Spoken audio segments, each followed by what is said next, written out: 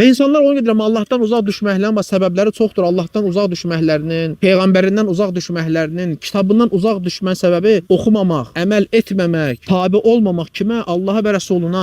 Deməli, xeyir, bərəkət nə vaxt olur? Allaha və onun Rəsuluna itaat eləyəndə, onların əmrlərinə tabe olub, qadağan etdiyi şeylərdən çəkinəndə vallahi xeyir və bərəkət. Və şükür Allaha da ki, bu dinimizdə hər bir şey bəyan olunub. Quran hər şey bəyan edib, hər şeyi. Bəli, eləsi var ümumidir, eləsi var da xüsusi təfsilatlandır. Təfsilatsız olanda Məhəmməd Peyğəmbər bildirib. Alimlər izahını veriblər, biz də başa düşürük ki, deməli bunu belə eləmək lazım. Görürsən nə gözəl rahat dindir, asan dindir qardaş. Allah ki, nə qədər insanı var, vallahi İslamdan uzaq düşüb, Allahdan, Peyğəmbərdən, kitabından uzaq düşüb. Halbuki vallahi əməl eləsə, tabe olsa, ən hörmətli insan olar. Sonra deməsin, mən günahkaram, filankar salihdir, gedirəm onunla Allaha yaxınlaşıb. Qardaş, sən də salih ola bilərsən. Məgər Allah Taala bütün insanlara xeyir istəmirmi, qardaşım? Məgər Allah Taala istəmirmi hamı Allaha ibadət eləsin, hamı Allaha daima tövbə eləsin? Allah bunu hamı üçün istəyir də. Vallahi kafir üçün də belə istəyir. Lakin kafir bunu başa düşmək istəmir.